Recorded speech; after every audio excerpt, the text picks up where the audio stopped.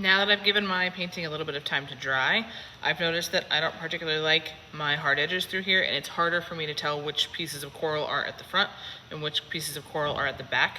So what I'm gonna do is a technique called glazing. The areas that are farther back, I'm going to just put another layer of a darker color on them so that they appear that they are farther back or that they are deeper or darker in shadow. And I have my color over here that I've already mixed up. It's just that same alizarin crimson with a little bit of purple. I actually added a little bit of the cad-free red as well. And so in areas like back behind through here, I'm just gonna add another one over top. You can do glazing with the same color. You can do glazing with a color that is a little bit to the left or right on the color wheel. So like if I wanted to add just like a purple glaze to this, I could, and that would change it up. And maybe I should do that through here. Show that this part goes back behind this. That one should be through there. Fade it through here. Maybe if I get fancy, I'll fast forward through this process. But I'm really just trying to push these pieces to the back and not let it bloom quite so much, because some of those areas we have these little bloom marks where I had too much water, not enough pigment, and then it pushed it all out. So I want to take some of those back. I'm just glazing over those areas, going over it another time, just to really push it back into that back area, or to try at least.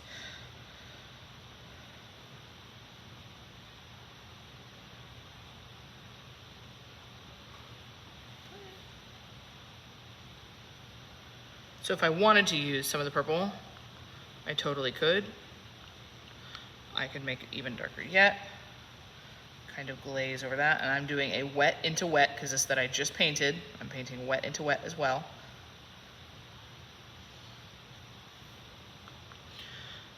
And again, I can just let it blend, and it should show that those areas are darker. So areas like over here where it's kind of like, this is the front piece, but I want to show that there's this bottom shading through here. I can add this on here, but then what I can do is I can take my clean brush that I've just rinsed in my paper or in my water cup, and I can feather that out a little bit and make it so that it's not quite such a hard dark line. So you can see right here, I have those hard edges for where it starts and stops. I've kind of blurred those edges over here. But with those blurred edges, I'm gonna get some of these blooms over here. So I've blurred the edges, now I'm rinsing my paintbrush, and I'm going to try and make my brush thirsty again so it can start taking up some of those edges. Kind of break that seal between those two. There, feather that out.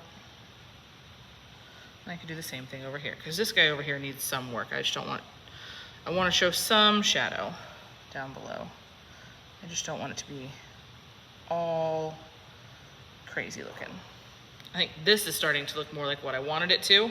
It's giving the little, like almost Little Mermaid-y, little sea urchin things. So you kind of have to go back and figure out, okay, which ones do I want darker? What do I want a different color? Is there different things making it different colors over in a different area? And just kind of play around with it until you're satisfied. Oof, I did way too much pigment right there. It looks almost black. So what I'm gonna do, get a little bit more color, or a little bit more water on my brush, push that through, and move it around a little. Just kind of manipulate it on your own.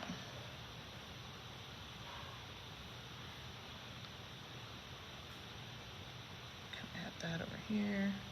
Maybe I'll push this back into the shadow and add this shadow over here. It'll just be a crazy little coral. Oh my God, it's starting to sound like Bob Ross. I'll just make a crazy little coral over here.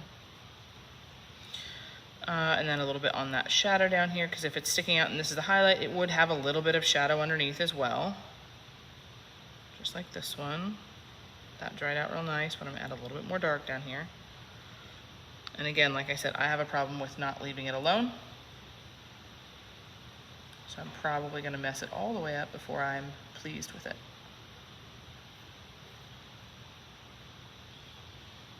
still don't love this area down here, so I'm adding a little bit more dark to it. Let that go through. Maybe we'll tie that up over there. Add some of this darker purple.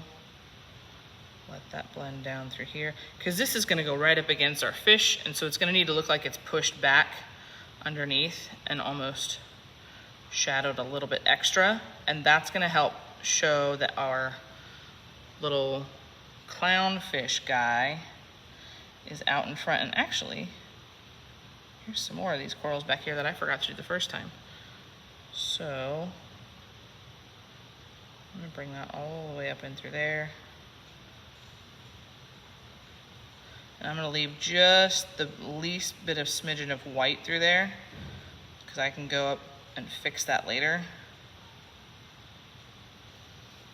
But I want to show that these parts are back deep recessed. So it should be right up to our little fishy guy.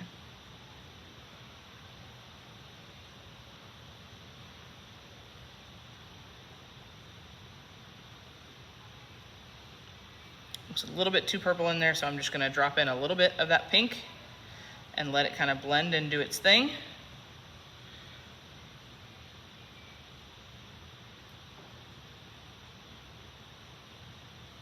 So now we're kind of starting to see the body of the fish come out a little bit farther.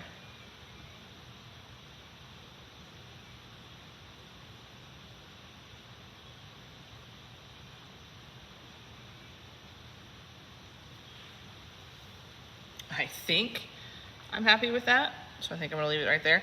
Okay, the other part that we're gonna talk about is on our little faded fish over here that fades from yellow to orange to red to pink to purple to blue. So I've done my little fade on him. He has his base colors, but the first thing I noticed is that I've lost kind of the definition of the highlight on him. So what I'm gonna do is actually take this tool, which is just a regular, use it to clean your house, magic eraser. It will also magically erase the pigment on here. Now, my water is already a little bit tinted through here. That's okay. It will mostly work just fine. I just need to get the very edge of it wet, just a little bit. I'm gonna squeeze out any of that extra. We want it damp, not sopping. And I have just the teeniest, tiniest little bit of this. You can work with this, but it's harder to get a nice clean edge. And I really just only want that highlight on the top of the fish to show that he comes out a little bit and he's not quite so flat. So I'm gonna go over top of this edge through here. Now, I don't have to press too hard, and I don't want it to look like I just absolutely took off everything and made it go back white. I want to kind of feather that out a little bit. But I also want to be careful not to overwork my paper. And so this is a dry one. I'm just gonna try and get that extra stuff off of there. And then I want to do a little bit up on his nose as well, but I need a little bit of water. Make it a little bit more light up there. Take some of that off. Okay, so from there I have my highlights pulled back through, and now what I want to do is a little bit of detailing. And I've already mixed up little bits of these colors, so I have my yellow here. Here's yellow with a little bit of the cad red, a little bit more of the cad red. Here's the cad red with a little bit of the alizarin crimson. And here's a little bit of the alizarin crimson with a tiny bit of that purple. So we have all of our pieces mixed through there. And I'm looking over at my fish, and I want to show that there are some scaly things in here. We're not going to do deep dark details yet, but whatever area I'm working with, I want to add just a shade darker. So if I'm adding stuff into this tail over here, I'm not going to use the straight yellow. I'm going to use the yellow with just a little bit of the cad red. And then if I wanted to add things like some little scaly doos, I can totally do that through here. And on this yellow, it looks pretty dark, but when you look at it, after it dries, it looks normal because it looks like it's just the extra detailing that's one shade darker. So as I go up to the next line, I'm gonna get a little bit more of the Cadfree red and go through there. Now, I have what's called a liner brush. It's a size 0. It doesn't come in your kit, but you can always borrow mine if you want to. The bristles are a little bit longer, but it's a very, very thin brush. It's a size 0 brush. So I do as many of these as I want until I start getting into the area that's the same color as what I'm using.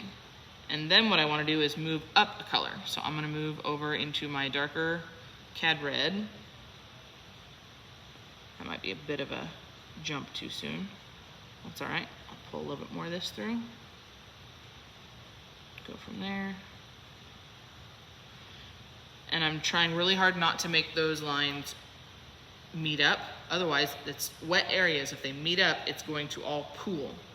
So what I'm also going to do on here is I'm going to get a little bit of that and pull it through this area to make it kind of look like my fin is going back in space. And then I'm going to go backward with that color. A little bit lighter through here. It's kind of like a rainbow flag, but not quite. Just to kind of get those edges nice and different. And I could do the same thing down here, except for down underneath, we have a tiny bit of shadow.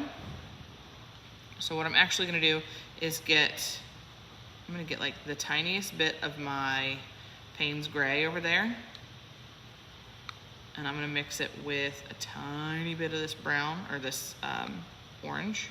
And it's gonna give me this brown color that's gonna give me this nice little orangey, but not quite orangey shadow bit. So the Payne's Gray leans blue. So when you put that in there, that blue with that orange gives it that medium color, your color theory, your color blending, color complement. It gets you your mud color that shows that shadow through there. I actually kind of like those. And I'm also going to do that a little bit through the edges as well to show that it's kind of transparent on the edges of the fin. So it looks like that's the blue of the water showing through a little bit more, and I'm running out of that, so I gotta do this. Get a little bit more.